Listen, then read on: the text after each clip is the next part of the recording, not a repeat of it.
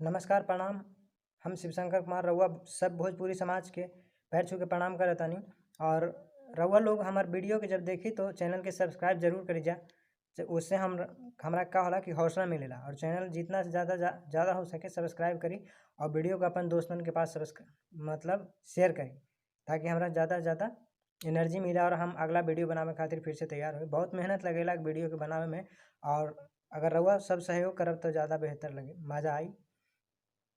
यह दिन बिहार के चुनाव के माहौल बा, तो इ माहौल में कुछ ऐसन हो सके कहल गई कि बिहार में का बा। बिहार में कहे के उनका कहे के मतलब कि बिहार में कुछो नहीं के।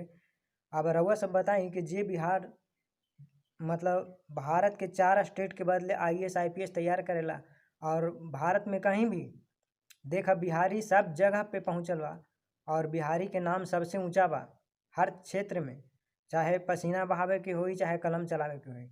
और ऐसन में कोई कहे कि बिहार में का बा, तो बड़ी दुख के बात बा कि एक बिहारी कहे। तो हम बिहार में का परिवर्तन भइलू कुछ बतावत तनी रउआ लोग से कि घर घर में बिजली पहुँचल बा, घर घर पहुँचल पानी, बीच सड़क पे चले लड़ाई की अपन सीना तानी। बोला बिहार में का नइखे, बिहार में सब कुछ बा।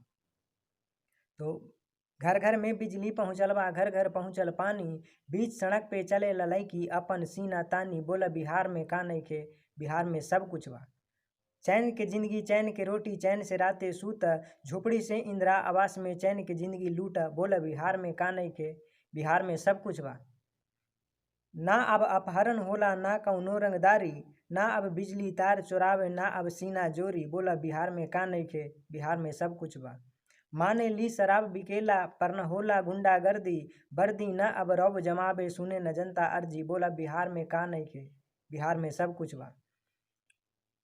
अब ना बिजली मुंह देखावे 24 घंटा रहेला, अफसर बाबू सबके शिकायत जनता नइखे सहेला। बोला बिहार में का नइखे, बिहार में सब कुछ बा। आधी रात के चाची दीदी मम्मी घरे आ जाली, कपड़ा इज्जत रहे सुरक्षित न छीने कनवाली। बोला बिहार में का नइखे, बिहार में सब कुछ बा। रउआ सबको पता हुई लाइन के थोड़ा थोड़ा हम बता बतानी कि घर घर में बिजली पहुँचल बा। हम बोलनी तो ऐसन कौनो गांव नहीं खे जहाँ बिजली अब तार अपन न मतलब कि वहाँ पर उपस्थित ना होई। बिजली हर गांव में पहुँच गई बा।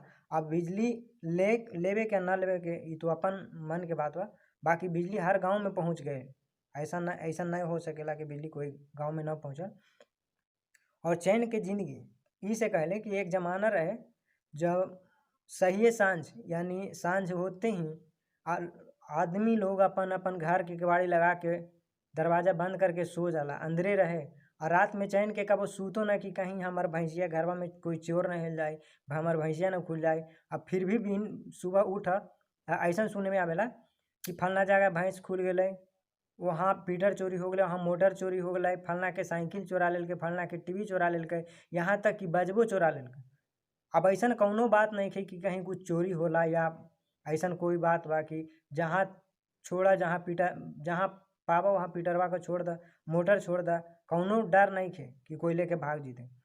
और एक समय में अपहरण बिहार में उद्योग बनल रहा कि जेकर एक बेटा रहे और थोड़ा संपत्ति रहे तो जिंदगी माने डर डर के गुजरत रही कि कहीं हमारे बेटवा के अपहरण ना हो जाए। और इस चक्कर में वो डर डर के जिंदगी जीते रहे।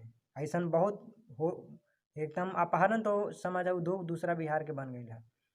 अब ऐसा कोनो बात नहीं थी कि अपहरण के कहूँ नाम भी सुनना हो। और शराब के बात बा कि शराब बिकेला, हाँ हम भी जानत बा कि शराब बिकेला, पर का तू शराब पी के कौनो गुंडागर्दी करके दिखा दा हमरा। शराब पी के कौनो लड़की के छोड़ के दिखा दा, छेड़ के, पता चल जाए कि शराब के का बात बा। और प्रशासन काम करी कि ना करी। और का होला कि अब जो भी अफसर कुछ गलती करेला तो ओकर शिकायत अब सीधे ऊपर पहुँचेला। और ना विश्वास तो काम न करके देख लोक शिकायत के अधिकार मिलल बा। और ई का ब्लॉक में अब जा तो कागज बनेला, कोई दिक्कत ना होई कि 50 रुपया 60 रुपया तोरा देवे पड़े, 300 400 अब बन जाला खुद दे। अब तोहरा मन बा कि 4 दिन के काम बा तो हम एके दिन में बना ली, तो पैसा वहाँ आप रउआ लोग के मन बा कि चल पैसा दे के हम जल्दी करवा ली, तो ही ना आप समय के अनुसार करवावा, काम ना होई तब। फिर एक समय बा कि बिजली आवे और अपन मुंह देखा के चल जाए, यानी जब बिजली आवे तो पूरा गांव के लइकन हल्ला बिजली अइले बिजली अइले, अब फिर तुरंत मुंह गायब करके चल जाए। कि बिजली चल भी गई। तो अब ऐसा नहीं कि बिजली पूरा समय रहत बा 24 घंटा में 22 घंटा तो हमारे गांव में कबो नहीं कटेला, कभी तो कबो 24 घंटा भी रहेला। हाँ, थोड़ा जब पानी उनी पड़ जाला, बरसात हो जाला, तो बिजली थोड़ा सा कट जाला। तो ऊपर से आदेश बा कि थोड़ा जब बिजली कटी तो सब लोग पहले चेक करके देखल जाए कि कौनो तार उर गिर तो ना गइला। उ बहाना से थोड़ा बिजली में लेट हो जाला।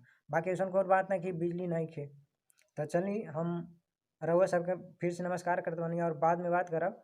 तो वोट सोच समझ के दी, केकरा के देवे के चाहिए, केकरा के आवे के चाहिए, काम कौन कैलस, काम न कैलस, ये सबके पता बा। और कोनो झूठ मूठ बोल के कोई पार्टी के बदनाम करे के बा तो ये ऐसा ना हो। चले तो नमस्कार करें और हुआ लोग हमारे चैनल के जरूर सब्सक्राइब करें। अभी हम नए नए बानी तो बोले में थोड़ा सा दिक्कत हो जाला, तो रउआ सबके सपोर्ट मिली तो जरूर सब सुधर जाए। नमस्कार।